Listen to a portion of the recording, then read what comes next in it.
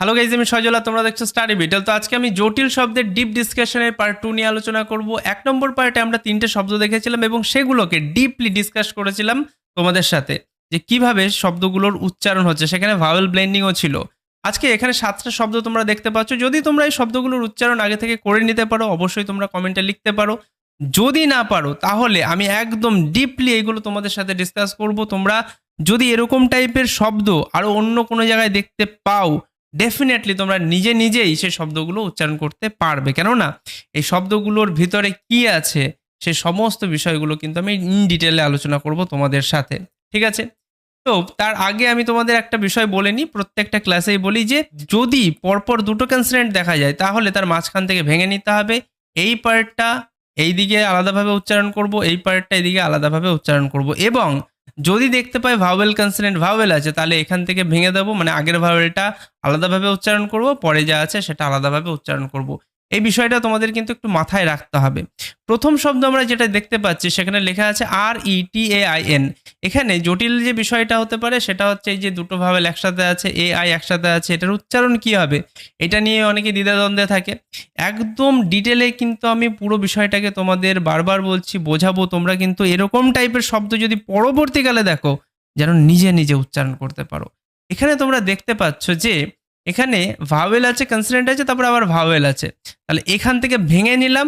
এবার আমরা এখনই কিন্তু ভিসিভি রুলস এটাও লিখলাম, ভাওয়েল কনসোনেন্ট ভাওয়েল। তোমরা অনেকেই জানো যারা দীর্ঘদিন ধরে আমার ভিডিও দেখো, ভিসিবি রুলস যদি কোনো শব্দ মানে কোনো ভাওয়েল যদি ভিসিবি রুলসে যায় সেই ক্ষেত্রে সেই ভাওয়েলটা লং সাউন্ড হয়। আর ইয়ের এখানে তাহলে কি সাউন্ড হবে? ইয়ের লং সাউন্ড হবে। ইয়ের লং সাউন্ড কি ইয়ের মতো, তাহলে আর ই কি হয়ে যাবে? রি সাউন্ড হয়ে যাবে। যদি এই AI একসাথে কোনো জায়গায় দেখা যায়, এই AI এর অনেকেই কিন্তু ভুল উচ্চারণ করে। AI কিন্তু এ উচ্চারণ করে অনেকেই, কিন্তু এটার উচ্চারণ এই। কিরকম উচ্চারণ? এই, এরকম ভাবে। আর এখানে এখানে একটা কনসোনেন্ট আছে, এখানে একটা কনসোনেন্ট আছে, এই দুটো কনসোনেন্টের পরে আর কোনো ভাওয়েল নেই। দ্যাটস ওয়াই এটা টোটালটা একসাথে উচ্চারণ করব। টি এর জন্য ট, AI এর জন্য এই, এন এর জন্য ন, টেইন। তাহলে কি হবে এটা? টেইন। তাহলে পুরো শব্দটার উচ্চারণ হবে রিটেইন। রিটেইন মানে হচ্ছে ধরে রাখা, ঠিক আছে? পরের শব্দটা লেখা আছে ENCOURAGE। এখানে সব থেকে কমপ্লিকেটেড যে পার্টটা সেটা হচ্ছে OUR। OUর উচ্চারণ সাধারণত আমরা দেখেছি যে OU এটা আউ সাউন্ড দেয়। কি সাউন্ড দেয়? আউ সাউন্ড দেয়। কিন্তু এখানে একটা টুইস্ট আছে, সেটা আমি বোঝাবো, সমস্যা নেই। আগে আমরা একটু ভেঙে নিই। এখানে দেখতে পাচ্ছি দুটো কনসোনেন্ট আছে, তাহলে এখান থেকে ভেঙে নেব। এখানে তোমাদের একটা বিষয় বলি, যখনই তোমরা OUR একসাথে দেখবে, OUR যদি একসাথে দেখতে পাও সেই ক্ষেত্রে এটাকে একটা প্যাটার্ন হিসেবে ধরবে। এবং OUR একসাথে এরকমভাবে উচ্চারণ হয়। OUR একত্রে আর সাউন্ড দেয়। কি সাউন্ড দেয়? OUR আর সাউন্ড দেয়। আর AGE এটা তো একটা প্যাটার্ন হিসেবেই কাজ করে। AGE এজ সাউন্ড দেয়। এবার উচ্চারণটা করি। EN কি উচ্চারণ হবে? ই এর পরে দুটো কনসোনেন্ট, তাহলে ই এর উচ্চারণ তো এর মতো, তাহলে EN হয়ে গেল এন। সি এর জন্য ক সাউন্ড হবে। কেন হবে? সি এর পরে যেহেতু ও আছে, আমরা জানি সি এর পরে ও, এ যদি আর ইউ যদি থাকে বা কোনো কনসোনেন্ট থাকলো সেক্ষেত্রে সি এর উচ্চারণ ক হয়। তাহলে সি তার সাথে OUR। OUR কি উচ্চারণ বললাম? আর। তাহলে COUR একত্রে উচ্চারণ হবে কার। আর AGE একত্রে এজ সাউন্ড হয়। তাহলে এটা হয়ে গেল এনকারেজ। এনকারেজ মানে উৎসাহিত করা। মনে রাখবে OUR একত্রে আর সাউন্ড দেয়। দু একটা ব্যতিক্রম থাকতে পারে, বাট ম্যাক্সিমাম জায়গায় OUR আর সাউন্ড দেয়। পরের শব্দটা আছে SUBMISSIVE। এখানে সমস্যার জায়গা একটা আছে, আমি বোঝাচ্ছি তোমাদের। প্রথমে একটু ভেঙে নিই। এখানে দেখতে পাচ্ছি যে দুটো কনসোনেন্ট এখানে আছে, তাহলে এখান থেকে ভাঙবো এটাকে। এখানে দুটো কনসোনেন্ট আছে, এখান থেকে কি ভাঙবো না? যখন দুটো একই কনসোনেন্ট থাকবে তখন কিন্তু সেটাকে ভাঙবো না। কি করব? অ্যাকচুয়ালি তার আগের এই দুটো কনসোনেন্টের আগের যে ভাওয়েল থাকবে সেখান থেকে ভেঙে দেব, ঠিক আছে? তাহলে দুটো কনসোনেন্টের আগের এই যে ভাওয়েল, এখান থেকে আমরা এটাকে ভাঙবো। এটা মাথায় রাখতে হবে। যখনই একটা এখানে আমাদের অ্যাডভান্টেজ আছে, যখনই আমরা দুটো কনসোনেন্ট একই কনসোনেন্ট দেখব তার আগের যে ভাওয়েলটা সেটা শর্ট সাউন্ড হবেই হবে, কেউ আটকাতে পারবে না। শর্ট সাউন্ড হবেই হবে, ঠিক আছে? তাহলে এবার উচ্চারণ করা যাক। এখানে দেখতে পাচ্ছি ইউ আছে, তারপরে দুটো কনসোনেন্ট আছে মানে ভিসিসি রুলস।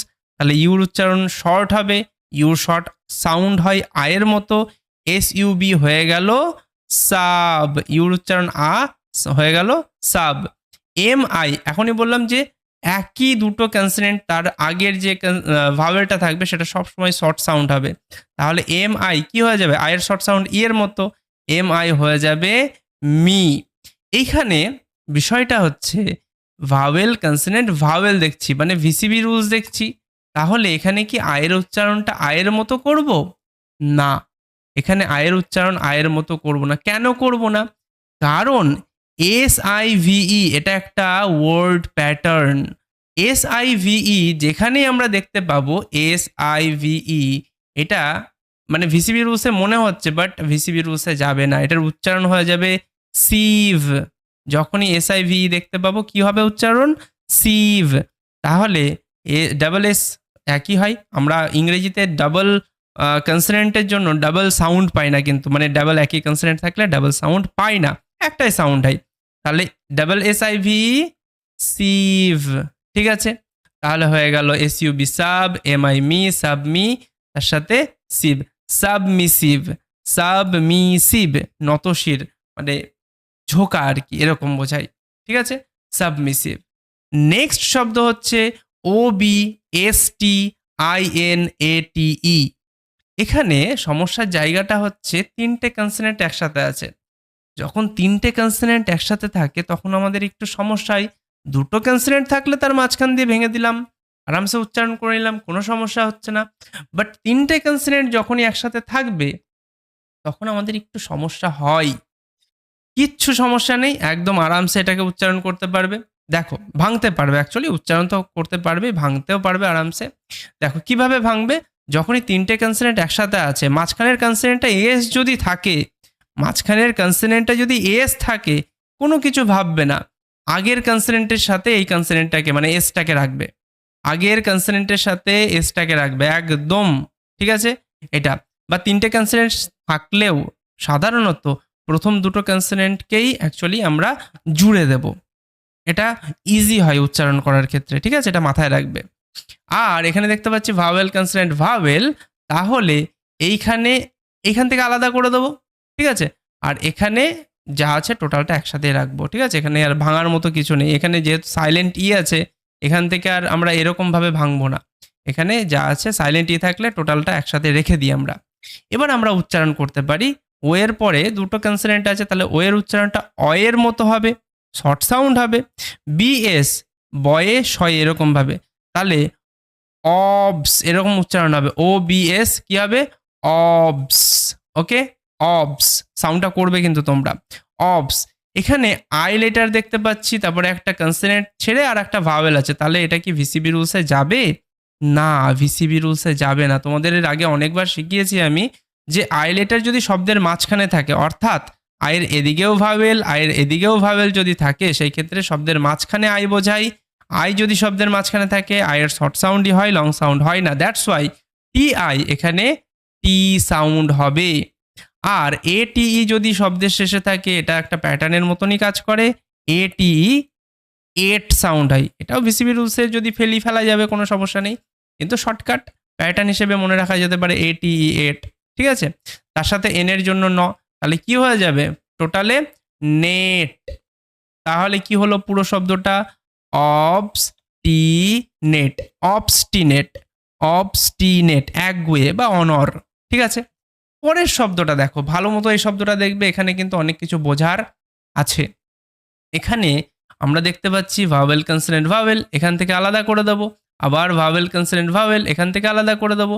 এখানে দুটো ভাওয়েল দেখতে পাচ্ছি একসাথে, এই জায়গাটা নিয়ে আমাদের একটু সমস্যা আছে, এই জায়গাটাকে আগে তোমাদের বোঝাই।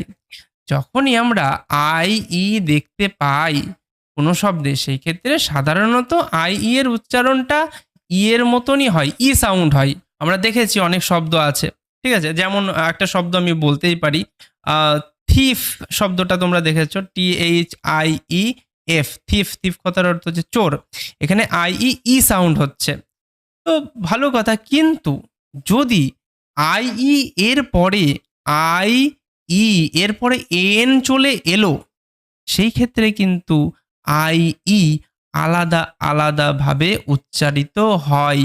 খুবই খুবই ইম্পর্ট্যান্ট একটা পয়েন্ট বললাম, এটা কিন্তু মাথায় রাখবে। আই তারপরে ই তারপরে যদি এন চলে আসে সেই ক্ষেত্রে এটা কিন্তু আলাদা আলাদাভাবে উচ্চারণ হয়। কীরকমভাবে উচ্চারণ হবে? আয়ের উচ্চারণটা হয়ে যাবে হচ্ছে ই সাউন্ড, আয়ের উচ্চারণটা ই সাউন্ড হবে এবং এর যে উচ্চারণ ই লেটারের যে উচ্চারণ সেটা হয়ে যাবে এ, এরকমভাবে। ঠিক আছে, আবার বলি, আই ই তারপরে যদি এন থাকে আয়ের উচ্চারণটা ই এর মতো হয়ে যাবে আর ই এর উচ্চারণটা হয়ে যাবে এ এর মতো, শর্ট সাউন্ড আর কি।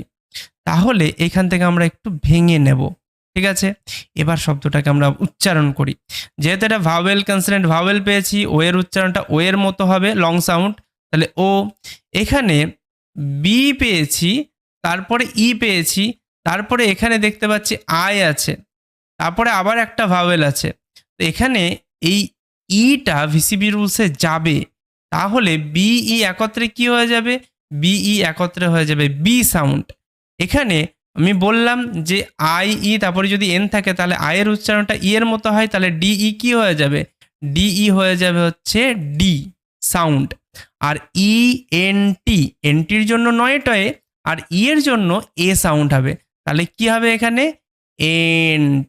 তাহলে ও বি ডি এন্ট, ওবিডিয়েন্ট, এরকমভাবে উচ্চারণটা হচ্ছে।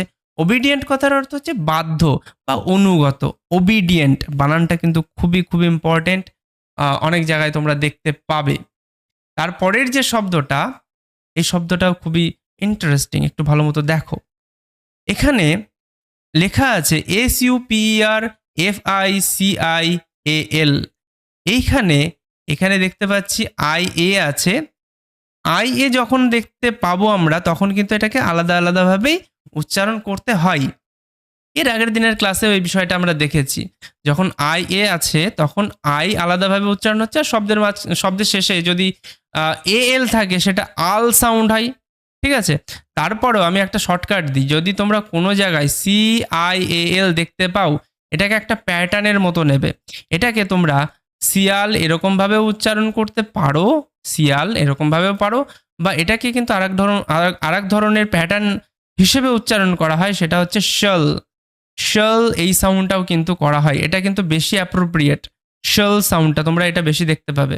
ঠিক আছে, যাই হোক, এখানে আর একটা প্যাটার্ন আছে SUPER। তোমরা যদি কোনো জায়গায় দেখতে পাও SUPER একসাথে আছে, তাহলে এটার উচ্চারণ হয় সুপার। সব জায়গাতে এটার উচ্চারণ হবে সুপার, এটাও কিন্তু একটা প্যাটার্ন। ঠিক আছে, তাহলে সুপার, তাহলে পড়ে থাকলো কি? এদিকে তো CIL শিয়াল বা শাল সাউন্ড হয়ে গেল, ওটাও প্যাটার্ন। মাঝখানে পড়ে থাকলো হচ্ছে FI। তা আই লেটার শব্দের মাঝখানে আছে, ডেফিনেটলি এটা যতই ভিসিবি রুলসে যাক বা যাতেই যাক সেই শর্ট সাউন্ডই হবে। তাহলে FI হয়ে গেল ফি। FI কি সাউন্ড করব?